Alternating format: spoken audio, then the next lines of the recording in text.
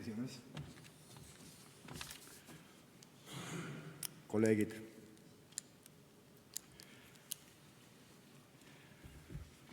Puid pillun ma küdevasse ahju, just kui kahju hakkaks puudest mul.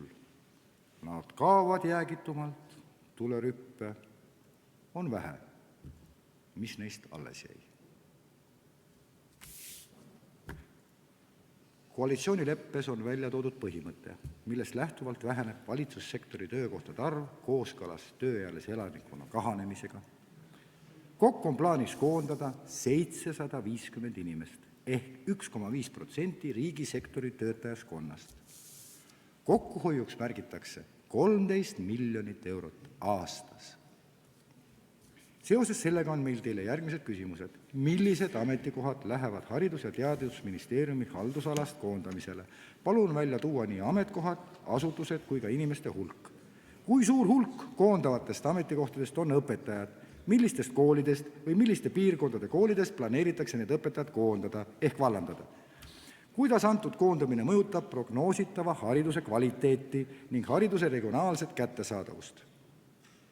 Kuidas hindate olukorda, kus koondamiste arvud on välja kuulutatud, kui teadmine, millised asutused ja ametikohti see mõjutab, puudub see informatsioon, kuidas põhjendate inimeste sellist teadmatusest hoidmisest? Kui suretati välja gümnaasiumi osi, need olid küsimused. Gümnaasiumi osi ehk korrastati koolivõrku, siis lasti lahti kuulujutt, et näiteks Jott Jaagu nimeline gümnaasium lõpetab oma tegevuse järgmine aasta. Ja sinna kooli enam 10. klassi lapsi panema ei hakatud, sest kuulujutt töötas meedias, igal pool töötas jutt, et see gümnaasium pannakse kinni, 10. klassi lapsi ei toodud, viidi kuskile mujale juba.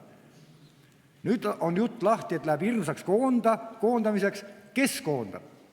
Õpetajate toad susisevad kogu aeg küsitakse direktorite käest, kes, kus, mis. Direktorid istuvad, nuputavad hommikust õhtuni, kas mina või keegi teine, kas mult võetakse 2 tükki ära, 3 tükki ära, kus ma saan koondada ainult süvaõppe arvelt või keelte arvelt või millegi muu arvelt, sest ma pean grupid kokku lööma, mul muidu ei jätku raha. Keegi ei tea seda, mitte keegi ei tea, kui kohta on teravik suunatud. Kui natukenegi aimaks, oskaks korrigeerida. Kes maksab koondamisrahad? Millises ulatuses makstakse koondamisrahasid? Kas nii, nagu seadus ette näeb, või on olemas mingi kriisiolukord? Inimene on täiesti teadmatuses. Mitte ainult inimene.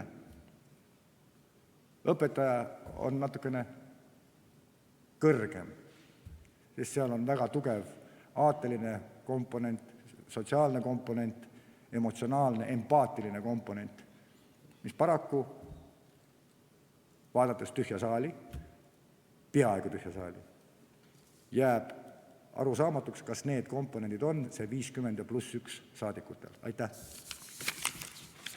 Aitäh! Ja palun nüüd kõnepulti haridus- ja teadusminister Jürgen Ligi.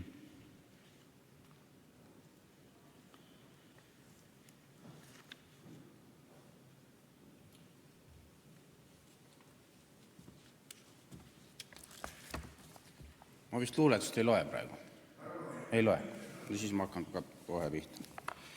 Millised ametikohad lähevad Haridus- ja Teadusministeeriumi haldusalast koondamisele?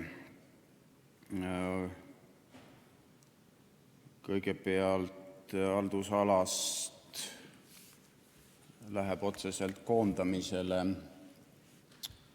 inimesi, kes on kvalifitseeritavad ametnikena, aga ka sihtasutuste töötajatena, et selles mõttes me oma plaane seame.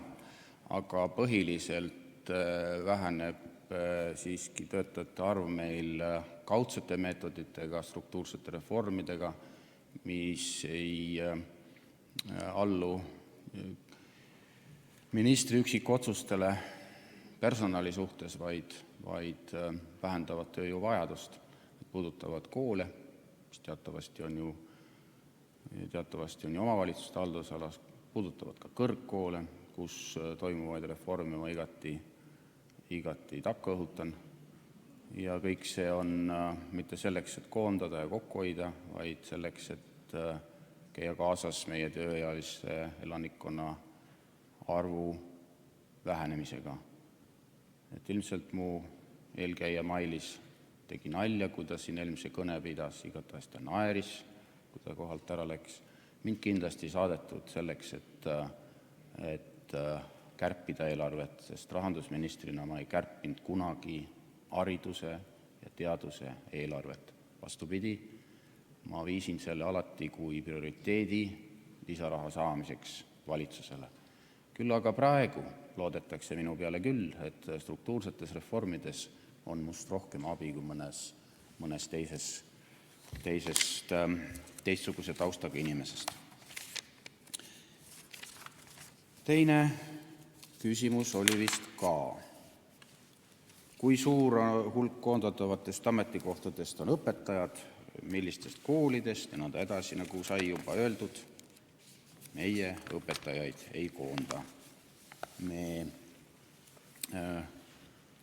soosime struktuurseid reforme, millest on juttu olnud, mis viivad tööjõu kokkuhoiule ja kindlasti ka nende suhtarvude paranemisele, mis hariduses on järjest halvenenud. Ruutmeetreid õpilase kohta, õpetajaid õpilase kohta on järjest rohkem ja kindlasti mitte jätkusuutlikult järjest rohkem. Me tahaks ikkagi betoonist ja raha ajudesse ja osalise koormusega õpetajad rakendada korraliku palgaga tööle. Kolmas küsimus, kuidas antud koondamine mõjub prognoositavalt hariduse kvaliteet ja hariduse regionaalset kättesaadavust? See ainult mõjub hästi. Neljas, kuidas hindate olukorda, kus koondamise arvud on välja kuulutatud, kuid teadmine, milliseid asutusi ja ametikohti see mõjutab, puudub? Kuidas põhjendate inimeste sellist teadmatuses hoidmist? Ma hindan seda väga kõrgelt, sellepärast et konkreetsed plaanid tehakse konkreetse eelarve järgi, mida Riigikogu ei ole meile veel andnud. Aga üldine tendents on tõepoolest õpetajate arvu langus, mitte ministri personaliotsuste kaudu, vaid kaudsete protsessidega. Alati saab üks osa ju õpetajatest ka pensioniealiseks, nii et see protsess ei ole liiga valuline. Aga kvaliteet on hariduselt see, millele me põhiliselt rõhume.